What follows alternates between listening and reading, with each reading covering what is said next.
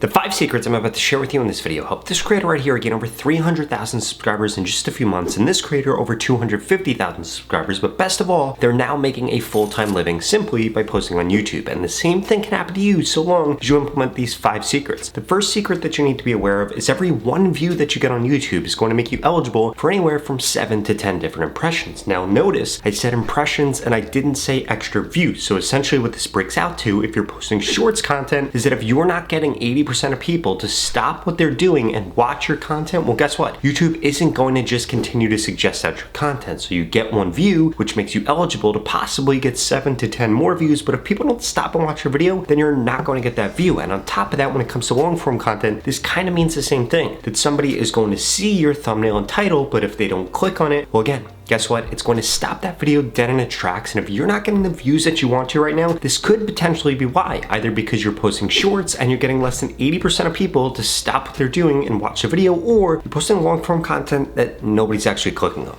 Which brings me to secret number 2, which is that the length of content that you're creating is going to drastically affect how many views you actually end up getting and whether or not YouTube even wants to push out your content. Because at the end of the day, all YouTube is trying to do is maximize the amount of money that they're trying to make. And so long as you make that easy for them, they're going to give you more views, which means you need to be following the 3 golden rules when it comes to length for your content. If you're uploading long form content, videos less than 8 minutes long have 2 problems with them. First and foremost, even if you're getting a high amount of audience retention, you're just not keeping people on YouTube for that long, so they're not incentivized to push out your content. And on top of that, they have way less ads shown on them. If you upload a 6-minute video, there's only going to be 1 or 2 ads, but if you upload a video that's 8 minutes or longer, you could literally put as many ad slots as you want. And guess what? This is going to help you make more money, and it's going to help YouTube make more money. On top of that, you need to view the length that you're creating in as a competitive advantage. When it comes to shorts, you shouldn't be uploading videos that are less than 8 seconds long, and if you make a video that's 8 to 30 seconds long, you need 100%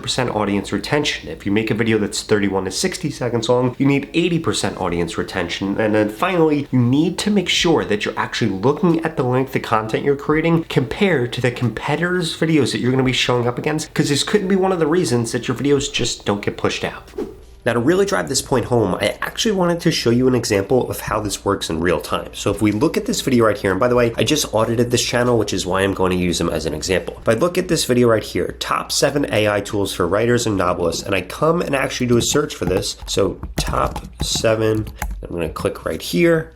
And I come down here, these are the 2 videos that are showing up. Now look at this. This video right here is 4 minutes and 20 seconds long. This video is 18 minutes long. Now remember, if you're posting a long form video on YouTube, you need to get anywhere from 50 to 70% audience retention if you really want your video pushed out. So let's assume that both of these videos have 50% audience retention. Well, guess what? That means this video kept people on YouTube for every view that YouTube gives it for 2 minutes. This video for 9 minutes. So it's literally keeping people on YouTube for 4.5 times as long, and that's why YouTube is going to show this piece of content over the channel that I audited piece of content. But what they could have done is tried to do the same thing in 18 minutes or a little bit less than 18 minutes, and then it would actually be a psychological trigger for somebody to click on their video because, hey, I may be able to get the same amount of information in a little bit less time. That's why I'm going to click on the small channel as opposed to the bigger channel.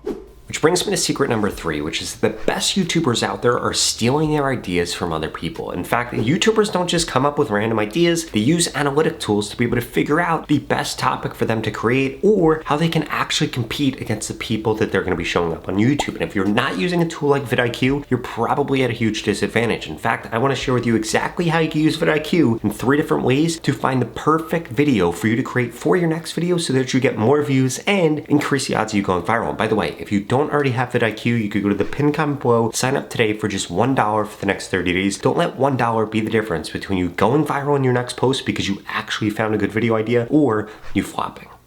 Now, in order to do that, I actually wanted to show you 3 different ways on vidIQ that you can come up with viral video ideas. The first one is if you click right here and come to most viewed, guess what you can do? You can literally find the most viewed videos in a certain date range for specific searches. For example, if I type in here TikTok algorithm, this is then going to do a search and it's going to show me the videos that are getting the most views per hour, and then I can see the title of them, I can see the length, and I can even click on them and then go over to that video. Now, what this is going to show me is if I am going to create a video on this topic, guess what? I need to make sure that my thumbnail is better and I need to make sure that my title is better, because if not, I'm going to end up getting less views. And you can do this literally for tons and tons of different searches. You can even add these filters here, which will filter for channels of certain sizes, content of certain types, or even how many views per hour they're getting. But the value doesn't stop there. If you come over to vidIQ and you come to create right here, it is literally going to give you tons and tons of different ideas. For example, if we scroll down, it's going to show jump on emerging trends, which are going to be trends that are happening within my niche. Answer my audience. It's literally going to show me different comments that I get all the time so I can create a video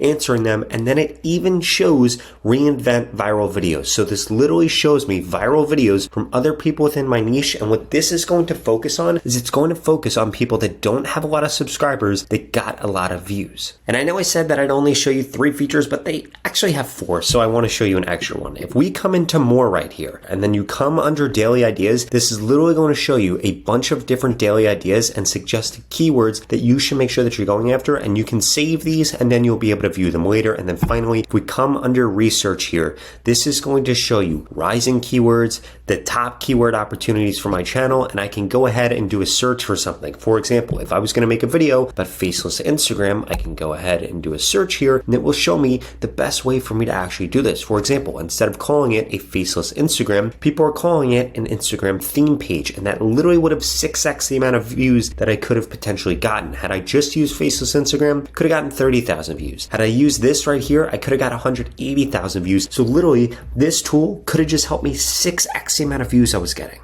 And you can literally do the same exact thing for your channel if you go to the pinned comment below and register for vidIQ right now for just $1 for the next 30 days. Now at this point, there are 2 other secrets I'm going to reveal to you, and the last one is by far the most important, so please make sure you stick around for it. Secret number 4 is that you need to make sure that you're creating 2 different types of content on YouTube right now. The first type of content that you want to create is going to be evergreen content. This is going to be content that is never going to go out of style and that people are constantly going to be searching for. And then the second type of content is going to be trending content. This type of content typically get views for 24 to 72 hours, and then after that, the views kind of go away. But what you need to do is be able to find a balance between the 2 of them. In the beginning, I think it's easiest for you to be able to get views from evergreen content and hopping on trends, and essentially what this is going to do is instead of you one day getting 100,000 views and the next day getting 0 and the next day getting 25,000 and the next day getting 10,000, this is going to even out your graph a little bit more, and it's always going to have it increasing, because as you get better at creating trending content, that evergreen content is going to continue to get views in the background so that you never have bad days on YouTube. Which brings me to the most important secret that you need to be aware of, and that is that YouTube ultimately is a competition, and the creators that do the best on YouTube all have a coach that is helping them out. I mean, think about it. You wouldn't try to play football or try to play baseball or try to play soccer without having a coach. You need a coach to tell you what you're doing wrong so that you can get better. The same thing when it comes to school. Everybody in school had a teacher that taught them the things that they didn't know, and you need that same exact thing for YouTube. And since you're still watching this video, I personally want to help you. In fact, I want to look at your channel and tell you everything you should be doing differently. Whether you're creating long form content or short form content, I want to help. And if you want to know how I can help, please check out this video right here where you can learn how you can personally work with me so I can help you grow quicker on YouTube.